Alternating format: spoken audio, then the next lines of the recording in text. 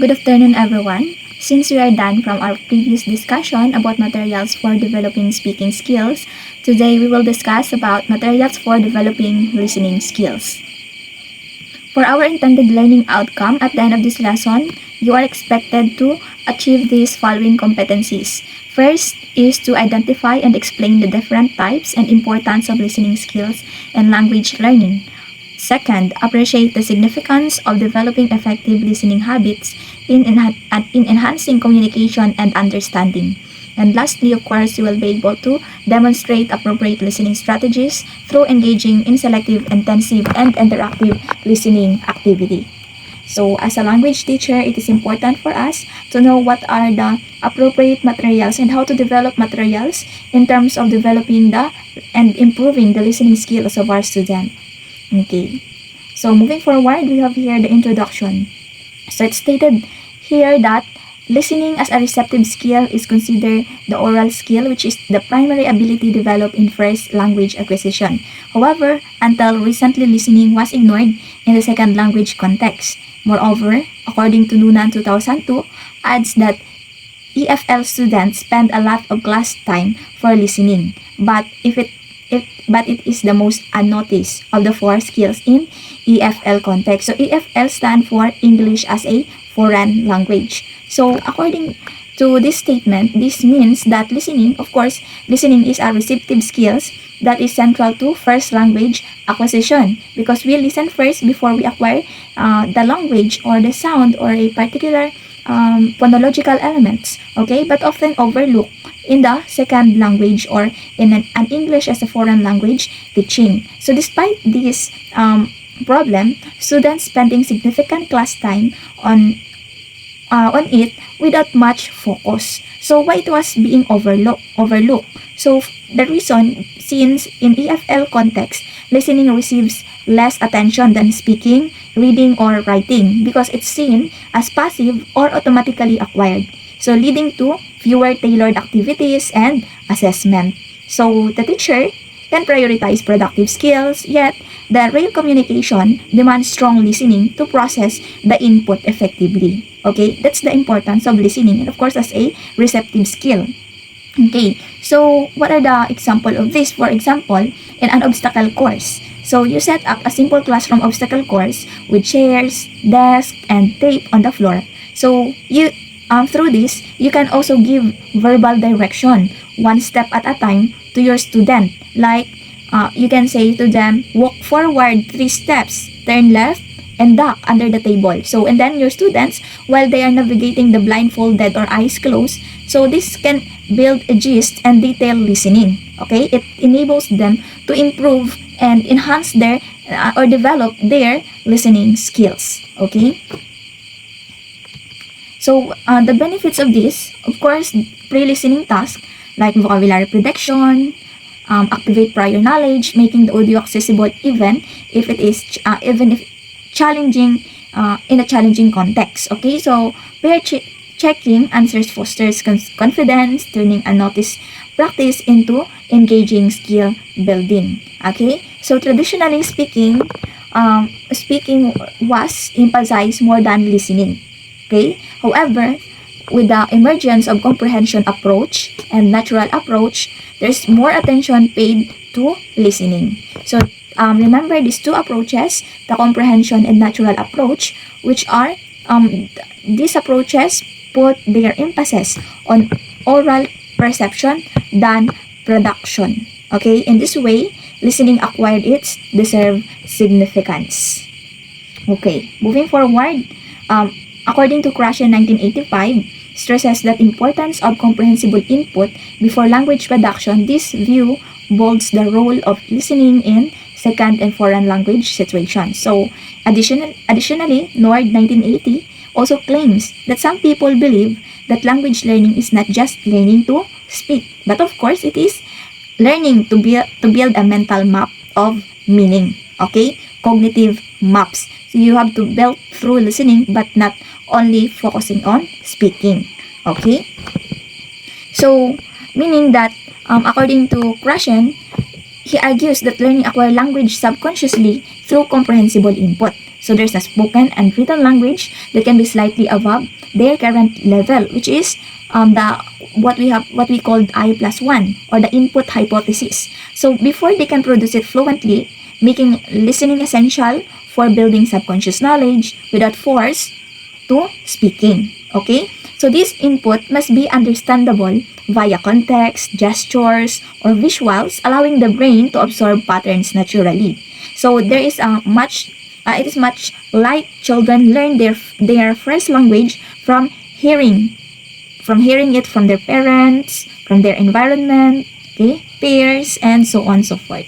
And also Nord, 1980, he complement that language learning creates cognitive maps. Meaning, when we say cognitive maps, okay, it is a mental framework of meaning and naman. You're creating meaning from something you have here. Okay, you are not just literally hearing or receiving the sound, but you have this ability to understand, to comprehend what you have received, what you have here. Okay. So next is, like listening practice, developing listening materials has been marginally dealt within instructional materials. So until recently, little attention was paid to develop appropriate listening materials. So most listening materials were based on audio files, okay, used for developing oral production. So to open new horizons to develop listening materials in this technology era, this chapter tries to introduce different listening activities and technology used for the development of listening materials. So since we are now talking about materials for developing listening skills, okay, so here we will discuss later what are those materials that we can integrate and of course that we can use in developing the listening skills of our students. Okay. Moving forward, we have here the importance of developing listening skills. So we have three importance of developing listening skills. First is the building relationships, enhances communication, and fosters strong connection. So what does it mean? Of course, basically when we pertain to this statement, this simply means that a good listening can help people truly understand each other. You can make communication clearer and create stronger bonds of trust and friendship with other people. Okay? And second one is there is a professional advancement that can improve leadership qualities and decision-making abilities. Meaning, if you listen well, okay, or listening well can improve skills like leadership and decision-making by ensuring you fully grasp other ideas and concerns before acting or doing something, right?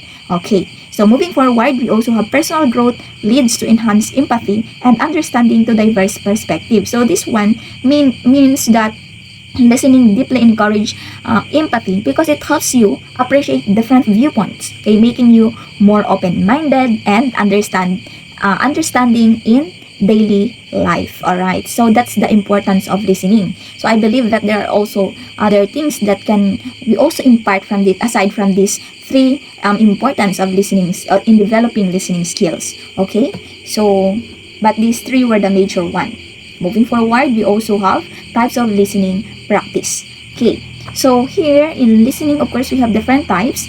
So different classification have been developed for listening practice. Since Nation and Newton 2009 distinguished broad types of listening. So they distinguished or they classified listening through one-way listening and two-way listening. So what is the difference between one-way listening and two-way listening?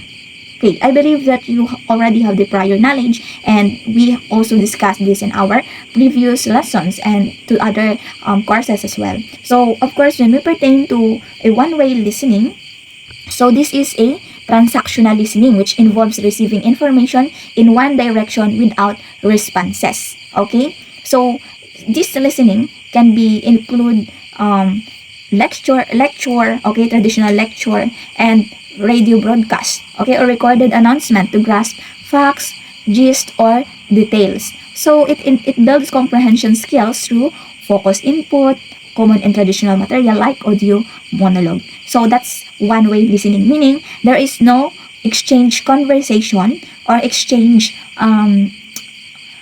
there is no exchange messages, okay, from the listener and speaker and so on so forth. That's why it is called one-way listening. However, in two-way listening, it is opposite from one-way, since two-way listening is called as interactional listening, meaning there is an interaction, okay, between two people or between the materials, for example, that is being used. For example, and it features back and forth exchange for social purposes. So, example of this were casual chats or discussions where listeners respond, clarify, or negotiate meaning. So, modern materials emphasize this for its dynamic nature, mirroring real-life interactions, and enhancing fluency. Okay? So, that's the difference between one-way and two-way listening. And of course, I believe that most of us were now using two-way listening, and especially the teacher, since we are integrating or we are focusing, emphasizing interaction and rather than a traditional methods of learning and teaching. Okay? So example of one way is that, for example, playing a podcast on daily routines and students note key events without speaking. While in two way, for example, the student is or there is a role play and a restaurant order. Okay, the teacher can give a scene to the students and they will do the scene, or they will do a role play. Okay, so with the partners asking and answering questions live, okay, there is a interaction between two person or between the students. Okay, so that's the difference between the two, and that's the types of listening practice. Okay, moving forward, we also have, okay, traditionally, the aim of listening, according to Brown and Newton, was to transfer information through one-way listening. Or this reason, the use of monologues was in vogue or vague in traditional listening materials. So, however, more contemporary views of listening favor two-way listening similar to everyday interaction. So, as a result, recent materials focus on dialogues for their dynamicity and their interactive nature. So, meaning, the goal of Brown and Newton is that listening is one-way information that can be transferred via monologues like lectures or broadcasts, which dominated early materials for their structured, controlled input. Okay? So, while in contemporary views, it shifts to two-way listening. From one-way, it shifts to two-way listening, which it reflects or it fosters everyday talks where speakers interact, seek clarification, and adopt dynamically. Alright? So, there is a shift to dialogue, from monologue to dialogue. Okay. Moving forward, we also have the classification of listening, which consists of, according to Roast 2011, okay, there is intensive listening, selective listening, interactive listening, extensive listening, responsive listening, and autonomous listening. So, there are 6 classification of listening. So, let's talk about it one by one. The first one is intensive listening. So, when we pertain to intensive listening, what does it mean or what does it consist of? Of course, here, according to the description, that it focuses on such elements as phonology, syntax, and lexis. So, according to Rose, that goes on to define intensive listening as listening to a text closely with the intention to decode the input for purposes of analysis. Meaning, the purpose is the Nation and Newton proposed, okay, of course, the first strand of language acquisition, including the meaning-focused input, language-focused learning, and becoming fluent in 4 skills. So, intensive listening is considered as a good vehicle to practice language-focused learning. So, it involves deliberate learning to pronunciation, vocabulary, grammar, and discourse. Okay? So, Rose 2011 further suggests different activities for intensive listening, and such as dictation, elicited repetition, error spotting, and simultaneous interpretation. And in addition, of course, Brown 2001 also considers all these techniques as bottom-up skills that play an important role at all language proficiency levels. So there's also a mention the meaning-focused input and meaning-focused output. So here, in meaning-focused input, meaning there is only a cognitive processes, okay? While in meaning-focused output, so that the learner have the ability to understand, of course, the meaning of a particular input. Okay, and through that, they can have the ability to use and of course to respond.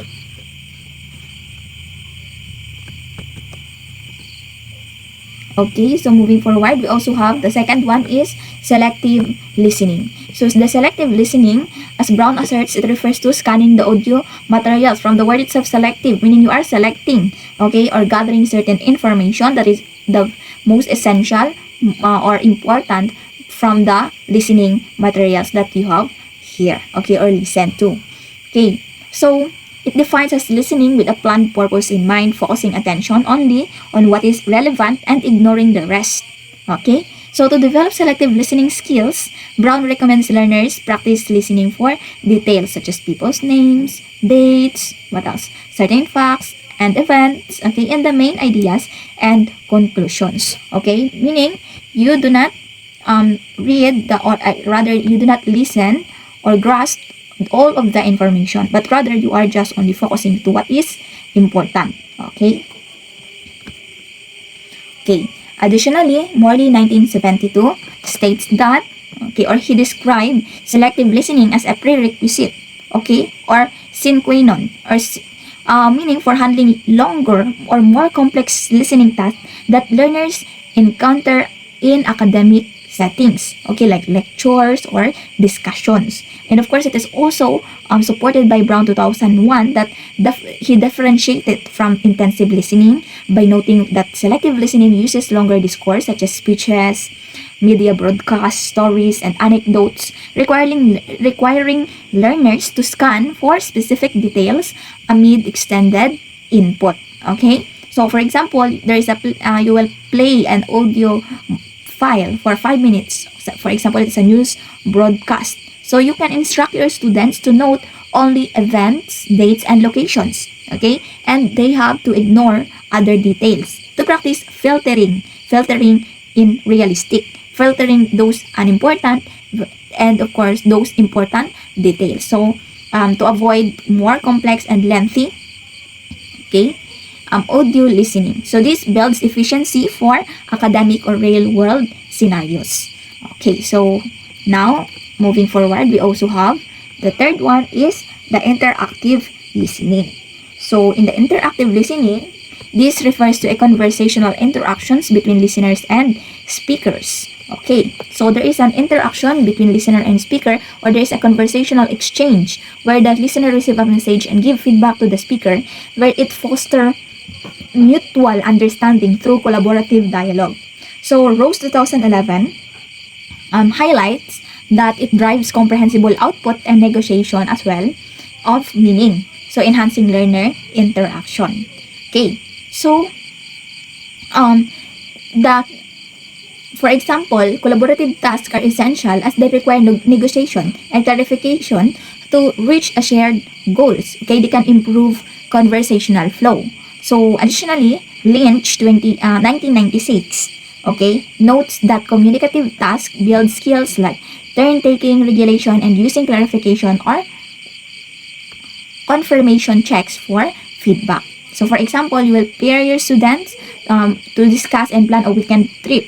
So you can take turns describing preferences while asking, so do you mean at the beach? Or for clarification, tracking successful negotiation to refine the skills. Okay?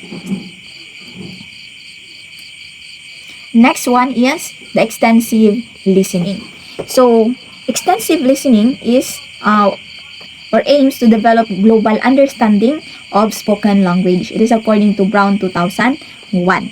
Okay? It is more complex rather than intensive listening. So, but it aims to build broad global understanding of spoken language over a long period, okay, or over a longer periods, that focusing on meaning rather than every detail. So since in the intensive, it focuses on every details, okay, phonological elements, for example, while here in extensive listening, it focuses on meaning, okay. Then also Brown emphasized that its role in grasping overall content from extended audio like lectures or broadcast, okay, while Ross 2011 emphasized that it calls it meaning focus listening sustained for fluency. Okay? So, Waring 2010 recommends it for intermediate and advanced learners. So, he claims that extensive listening is appropriate for learners at intermediate and advanced levels of language proficiency. Okay, so as they can achieve full comprehension through repeated exposure to natural speech without heavy analysis. Okay, this boosts confidence, vocabulary, and comfort with authentic accents and speeds. Okay, so for example, you can assign as a teacher, you can assign weekly podcast or TED Talks, 15 to 30 minutes on learner interest. The students can summarize main ideas in journals without transcripts, gradually increasing length for relaxed immersion. Okay, so that's extensive listening. So moving forward, we also have the activities that is under the extensive listening. So you can allow your student watching movies, listening to radio programs, watching podcast, video or audio, okay, on-demand multitasking technology, listening to podcasts, listening to songs, listening to interviews and lectures. So since our focus is developing listening, okay, we can allow our student to do these activities when you are employing extensive listening okay, if you want to enhance their extensive listening. Okay, moving forward, we also have responsive listening. So, responsive listening, of course, from its word responsive root word response. So, there is also a response, okay, or a listener can give a simple, short, concise response from the speaker, okay, that they are interacting with. So, it is a classroom listening activity used to elicit immediate response. As a result, the goal of this activity is the listener's response. Okay, some example includes asking questions, giving commands, seeking clarification, and checking comprehension. Okay. So here, responsive listening, of course, designed to prompt immediate responses from listeners after brief audio input, with the main goal that being the listener's quick reaction rather than deep analysis. Okay, so Brown 2001 highlights as it is a short interactive practice to build instant comprehension and output. Okay, so for example, the teacher can state the facts, the students raise their hands to answer simple queries like when is the event. Okay, then the student can answer brief and concise. Okay. Next, moving forward, we also have autonomous listening. Okay, what does autonomous listening means? Of course, it refers to independent and self-directed listening in which the teacher plays no role. Okay, there is no role. The teacher plays no role. It is believed that all types of natural language acquisition, such as acquisition of first language by children, second language acquisition, and real context, are considered autonomous listening because all aspects of listening are decided by listeners themselves. So that's according to Roast 2011. Okay, so autonomous learning, or listening rather, is an independent listening or self-directed listening where the learners can take full control without their teacher involvement. Okay. So, in addition, Benson 2010, he believes or he highlights that autonomy centers on the idea of control. So, what does this idea of control means? Meaning, learners choose, they have the freedom to choose what type of learning, okay, they can use. It could be implicit or explicit learning, okay, if there is feedback and monitoring methods, and so on and so forth. So, autonomous listening can include any listening type. It could be intensive, selective, and responsive, where learners regulate their own practice and progress. Since our learners have a varied listening style as well, or they also have different listening strategies, okay, to grasp the content, the details, okay, and from the audio or from the speaker, and so on, so forth. Okay, so that's autonomous listening. Example, it includes self-chosen activities where learners independently select, manage, and evaluate their practice without their teacher guide or guidance. Example is TED Talks task. So the learners speak a TED video, okay, mind map main ideas, shadow the speaker for pronunciation, and use the 4-3-2 fluency technique for retelling it faster each time to partners. Okay, or they can also use mobile apps or logs. They can use apps for podcast, songs, track listening time and reflection in a journal, deciding on speed or repeats for personal progress. Okay, so that's example of autonomous listening. Okay, moving forward, I believe that's the last type of listening. Okay, strategy. Okay, so listening process, foreign language learners as well as their teachers believe that listening is a difficult skill to master. So this is because of different processes such as cognitive, affective, social, and physiological processes that are involved in listening comprehension. Okay, so listening is a complex skills which it have different processes, right? So that's why as a teacher, we have to consider all of these factors, all of those things that can hinder the development of our learners in terms of their listening skills. Okay, so according to Lynch 2002 and Middleton 1998, there is two main cognitive processes that are distinguished in the second language listening instruction. So they include bottom up and top down processes. So I will no longer delve with these two processes since we have already discussed this in several times from our course, the other courses, especially in ELE 128. And I believe that you still remember the difference between the two processes. So when we pertain to bottom-up processing, it is from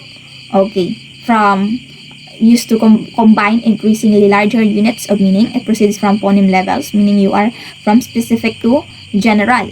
Okay, bottom-up processing is from specific to general, and from phoneme levels units to discourse level units. Okay, from sound to words, read from. Okay, so words no longer lexical items, and bottom-up techniques typically focus on sounds, words, intonation, grammatical structures, and other components of spoken language. Okay.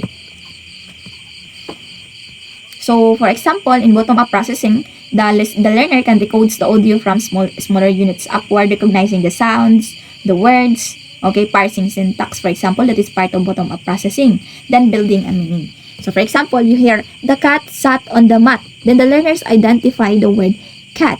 Okay? So, link it grammatically and grasp the full sentence. Okay? Key for and familiar accents. So, they can decode this one in order to understand the whole sentence. And moving forward, we also have the top-down processing. So, when we pertain to top-down processing, it is the learners from general to specific. You can allow your learner or the listeners to use their prior knowledge, okay, bring their background knowledge, okay, and their rhetorical schemata, okay, their schemata to the text in order to understand it. Okay, they can also predict. Okay, for example, in a restaurant dialogue, you can give a restaurant dialogue to your student, then guessing a bill from context clues like total and gestures, even if pronunciation is unclear. Okay, so you have to balance both enhances comprehension across proficiency levels. So, but these two processes can be used both at the same time. It depends on the learner's capability and, of course, to your strategy as a teacher in employing activities in teaching your student to develop their listening skills. Okay, so moving forward, we also have different types of listening materials. Now, since we are focusing on the materials and developing their listening skills now here, we have here different types of listening materials that we can employ or we can utilize, of course, in our language classroom. So it is according to Anderson, a recent survey of the preferences for particular published listening materials among English as a foreign language teachers working in Britain, Europe, Japan, and it suggests that the following are among the reasons for teachers' satisfaction with particular listening material. So of course, it is not just only effective in foreign countries, but of course in the Philippines, since we are also gearing with the as a global competitive educational system or education. Okay, so first is good for starting discussion. So this one is it sparks classroom debates of sharing after listening, can be used for self-access learning, so those different types according to them, or different types of materials, and it contains a variety of tasks, entertaining and amusing according to Anderson, okay, and easy to use. Okay, practice guessing from context, uses authentic material to integrates different skills. Okay, to combine real audio with reading, speaking, or writing. Okay, moving forward, the first one is the authentic listening materials. So I believe that you are familiar of what is authentic listening materials. So when we're pertaining to authentic listening materials, of course, these are listening materials that uses real life recordings. Okay, real life recordings not made for teaching purposes. So its purpose or their purpose is to communicate meaning and information in that they are produced for real communication rather than to teach language. That is according to Thomas 2014. So these authentic materials can be used in English language classroom that is often free and very easy to find online or perhaps in a certain location in your communities. It is available everywhere. You can have this authentic listening material. So example activity, listening to a news clip and identifying the main idea. Okay? So we have here example of the different example of authentic listening materials. First is radio or news broadcast, interviews, podcast, songs, movies, and radio programs, TV shows, news segments, documentaries, movie clips, and trailers. So you can also have the online videos, commercials, songs, and podcasts, okay, photographs, artwork, signs, postcard, maps, and advertisements. So as you can see, we have a lot of authentic listening materials that we can use, can integrate to our lesson in teaching, in enhancing listening skills of our students. Okay, recipes, food labels, bus, train schedules, and so on and so forth. But some other materials here were effective for reading, okay, and writing as well. Okay. Next, yes, there is also non-authentic listening materials. So, non-authentic materials is opposite from authentic. Okay, when we pertain to non-authentic materials, this is those things or anything that has been designed specifically to aid the teaching process. Okay, such as worksheets, textbooks, and instructional CDs or DVDs. I believe that it was also mentioned several times by Ma'am Ella. Okay, and of course, these are the materials that are simplified. They're being modified for the student to easily understand, to grasp the details, the contents of a lesson, okay, or designed exclusively for educational purposes. So, of course, non-authentic listening materials, for example, recordings created specifically for language teaching, okay, its purpose is to focus on specific grammar, vocabulary, or pronunciation skills, okay. So, it focuses on isolated elements, okay, such as drills for past tense or phoneme. Okay. Moving forward, we also have the examples of non-authentic listening materials. First is the textbook recordings, classroom dialogues, or teacher-made recordings, comics, books, stories, video teaching tutorials, learning magazines, among others. Okay, so I believe that these non-authentic listening materials were very useful during the time of pandemic. Okay, so since teachers also imparting different materials, of course, through online, okay, and blended materials to cater student needs. And of course, nowadays, since technology is emerging, and of course, teachers can develop different types of materials or listening materials for the students, okay. So, example activity of this is listening to a textbook dialogue and filling in missing words, okay. So, advantages of this, of using non-authentic materials is it facilitates learning because it offers strategies and procedures, okay. So, it is true, of course, it is true since it offers structured support for language learning by providing clear strategies, level appropriate content, and engaging tasks. Okay, so it also adapted to each level and contains ready-made activities and aims to motivate the learner, and it represents and illustrates what is intended to be taught. Alright, so what does it mean by adapted to each level? So it is customized for beginners, from simple to advanced, which is complex grammar, for example, from simple lessons to complex, okay, matching the proficiency level of the students. Okay, moving forward, we also have disadvantages. So the disadvantages of using non-authentic materials is only one methodology is used. Okay, there's only one methodology since it relies on repetitive drills or single approaches like gap fills, limiting exposure to diverse strategies. So example, all lessons use dictation only. Okay, it ignores interactive or visual methods. Okay, they are not close to real context since scripted, most of the speech were scripted, lacks of natural speed, fillers, or interruptions found in conversations. For example, there's perfectly clear textbook audio versus fast, overlapping rail phone calls. Okay?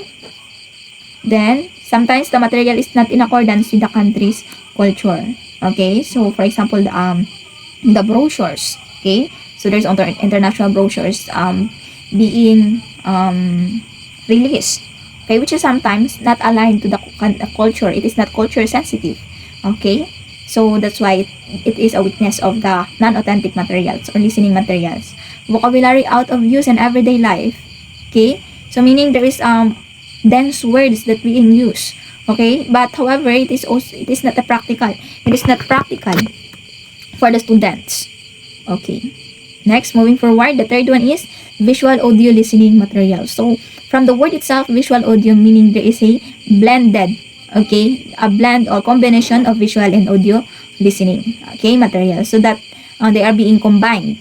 So, example, were videos, documentaries, okay, when you are, when the student, or when we are using, of course, videos, it is not just only giving, or, yes, it's not only offering video or visuals, but of course there is at the same time there is an audio, documentaries, YouTube clips, vlogs, and short films. Okay, what is the purpose? So the purpose is to enhance the comprehension through visual cues, like facial expressions, gestures, or context clues. And of course, this is good and commendable, of course, since it's not just catering, or yes, it's not just catering the needs, or not just only focusing on one capability or needs of the teacher, or rather of the student, okay, or the skills of the student, but of course it is combined. Okay, they can cater visuals and learners and auditory learners at the same time, rather the learning style. What I mean,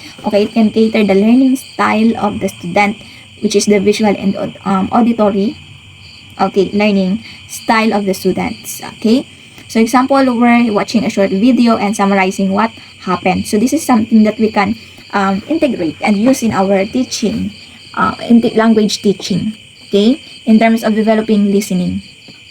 Next is the recorded material. So I believe that you are also familiar of what is recorded material. So when we pertain to recorded materials, talking about it, it is about the informational or learning resources that are produced and stored in a retrievable format. So you can use it again and again since it is restored, and they allow sounds, voices, and visuals to be played back multiple times, making them powerful tools for communication, education, and research. Okay, so of course, they typically feature authentic content, unscripted, native speaker usage to expose learners to a natural pronunciation, intonation, stress, rhythm, and cultural elements beyond simplified textbooks. So it is good since these materials enable self-paced practice, mimicking real-life input for better comprehension and motivation of the learners. It becomes more interactive sometimes, or most of the time, and of course you can integrate the learner can integrate their skills like listening with cultural awareness. Okay, you can prepare learners for unfiltered conversation as well. For example, there's a BBC TED Talks, okay, TED Talks daily, okay, or clips on current events. Okay, so from the learners have their topic to discuss. Okay, they can also practice their fluency through recording. Okay, and of course it can also cater their listening skills as well. Okay, so moving forward, the content pairs themes and phonetic input of recorded materials is more colorful compared to real life listening comprehension, since in recorded materials you can also edit before you can save it. Okay, and it is easier to choose and prepare listening activities beforehand with the help of recorded materials. Okay, so of course it can also be used automatically by student anytime, since you can restore it. Okay, unlike the what do we call this? Unlike live listening materials, so I will be discussing that one after this. So that's why it can be used automatically. Okay, more accessible. While listening to the recorded materials, students listen to several speakers, their discussions and conversations as well. So video-based listening practice suggests videotape advantages and additionally provides a variety of visual supports, gestures, mimics typical for real life, and necessary for student to decipher speaker's message and interrelation. Okay, so what are the disadvantages of recorded materials? Of course, here the first one is there's no straight communication between the listener and speaker. It could be possibly one way. Okay, listening. There is no way to regulate the speed, the rhythm, and other peculiarities of speech to work out the compensating strategies, slating the message contents with the help of the partner, so within students. So, of course, those audio and video materials are not always of very good technical quality. So, this can make students rather confused and distract from productive and successful studying. So, recorded materials can lack live interaction, preventing learners from asking for clarification, slowing speech, or negotiating meaning with the speakers. Okay, which it can limit their development of real-time compensation strategies. Okay, so there is no direct communication. Students cannot regulate speed, rhythm, or accents, nor seek instant help like rephrasing from a partner, making practice feel one-sided only. Okay, so for example, a fast podcast episode leaves unclear idioms, unresolvable without posing awkwardly or guessing alone. So those are things that we can also consider when we employ this material, or we can use this material, so that it is good that we always have alternatives. Okay. Okay, moving forward, this is what I have mentioned earlier, the live listening materials, which is opposite, okay, of the recorded listening materials. Since live materials are real-time communicative events that serve as immediate sources of listening, speaking, or observation in language learning or teaching. So unlike recorded materials, which are stored and can be replayed, live materials are ephemeral. Okay, it is temporary and interactive, of course, taking place in the present moment. Okay, so this one are real-time interactive spoken events or materials that provide immediate listening, speaking, or observation opportunities in language classrooms. So it occurs in the present without recording or replay. So unlike stored recorded materials, they are ephemeral or one-time occurrences. So allowing dynamic adjustments like repetition or clarification based on learners' needs. So examples include classroom discussion or debates, okay, physical activities, okay, conversation with native speakers, face-to-face activities rather, and live radio or TV broadcast, the guest lectures or interviews, and public speeches, announcements, or news coverage as they happen. There is also role plays or drama performances conducted live in a class. Okay, so those are example of live listening materials, and I believe that we're very familiar from what is live listening materials. So of course, it also have disadvantages. The disadvantages of the live listening materials is,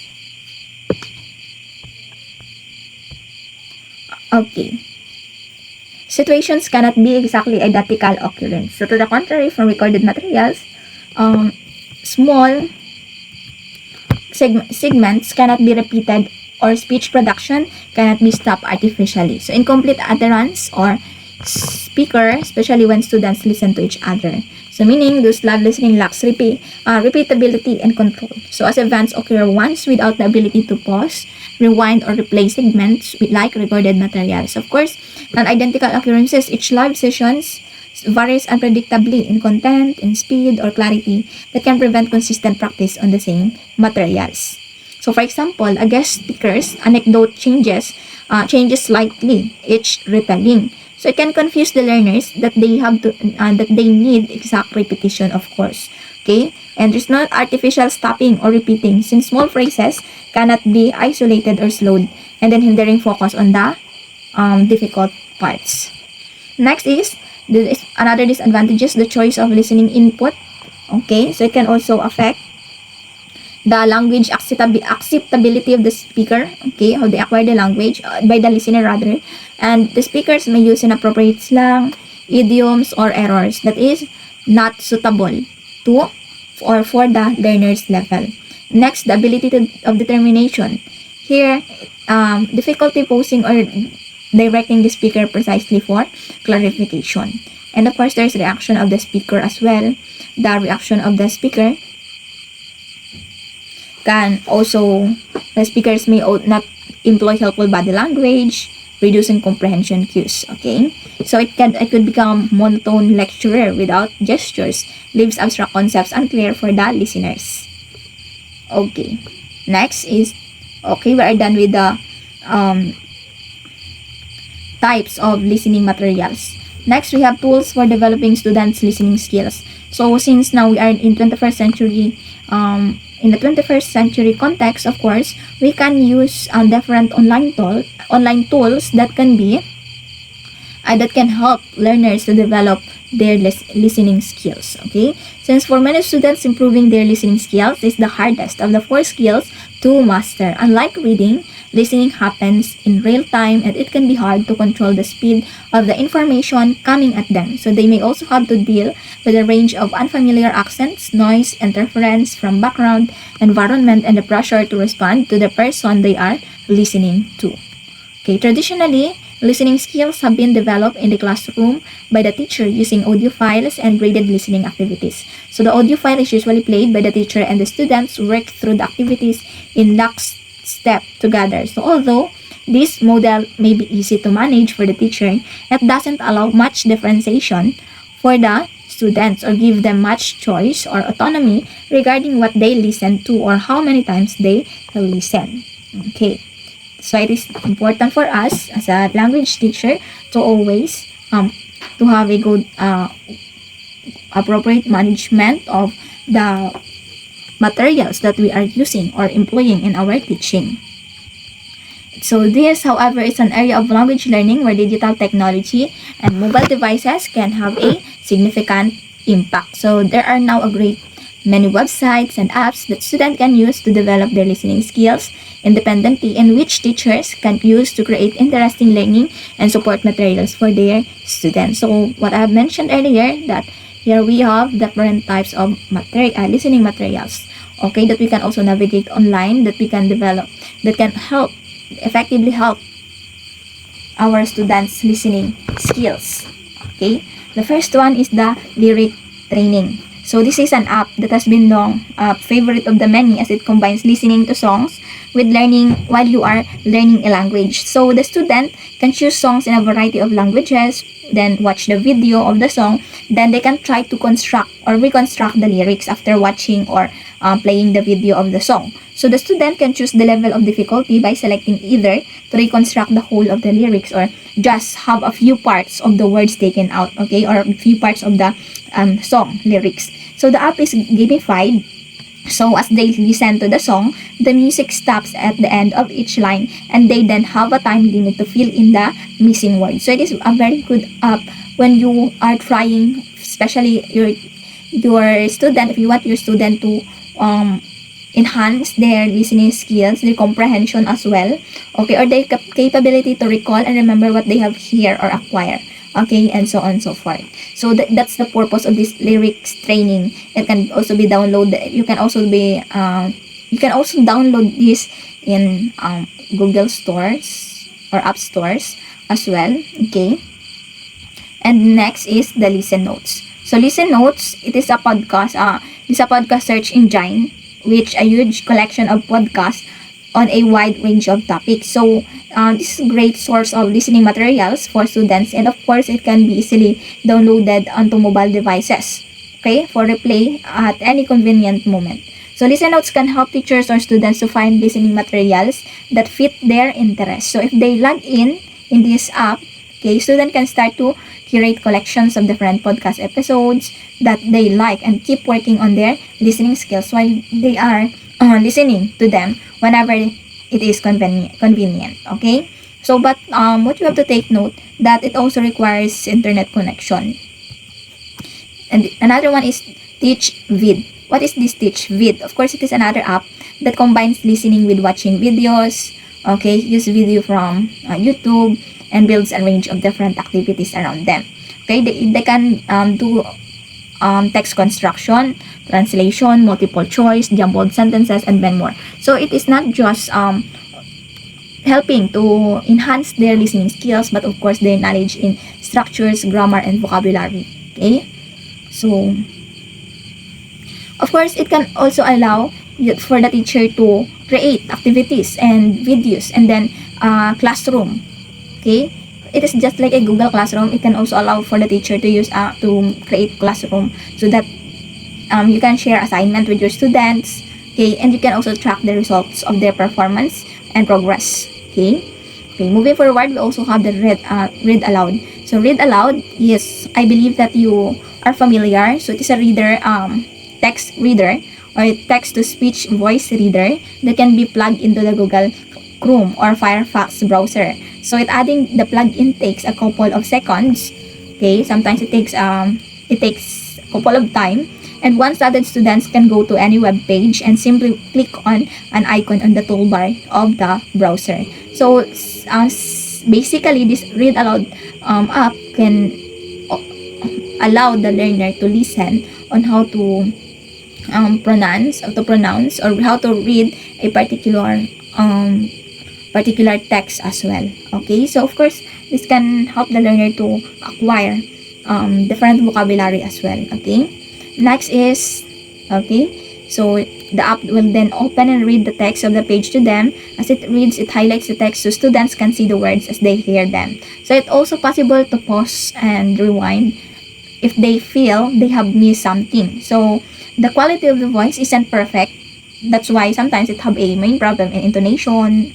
Okay, but it is very good in synthetic speech and getting better all the time. So this is a great way to help develop both students listening and reading skills at the same time. Okay, next one is listen and write. So this listen and write is similar to lyrics training but has a wider variety of source materials. So again, it is based around listening to what you hear and writing it down, and like lyrics training. Okay, it is like lyric training after listening to a particular, but in lyric training you are listening to a song. After that, you have to reconstruct or rewrite or fill in what is missing after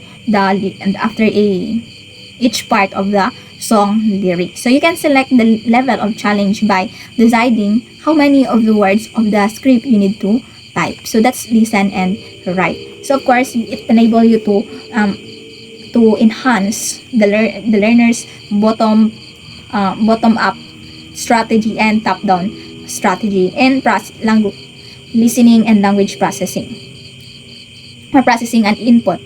Okay, next is generally listen and write is the text used are of higher level and have more complex vocabulary than those in lyric training. So remember, this is more applicable in a intermediate and advanced level of your students. So this would be better for higher level students who would like to specifically develop their listening skills. Okay, so of course this tool can motivate the student who want to work on their own. You can allow the autonomous learning or listening, since this tool can help them independently learn and listen to vocabulary and spelling. Okay, so that's all for the tools that we can integrate and use in teaching and of course in developing the listening skills of our students. So of course these tools and those strategies, methods, and types of listening and of course those types of materials that we can integrate in teaching listening and of course in developing these skills. Of course it is important since it can help our student to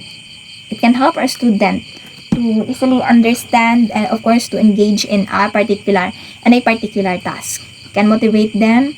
Okay, and of course, gain more knowledge and develop their listening skills. So in conclusion, the lesson highlights the crucial role of listening in language acquisition, emphasizing its development through diverse materials and technologies. So it covers types of listening practice, cognitive processes involved in the benefits of recorded and live listening. So modern digital tools such as lyric training, listen notes offer interactive and autonomous ways for students to enhance their listening skills independently.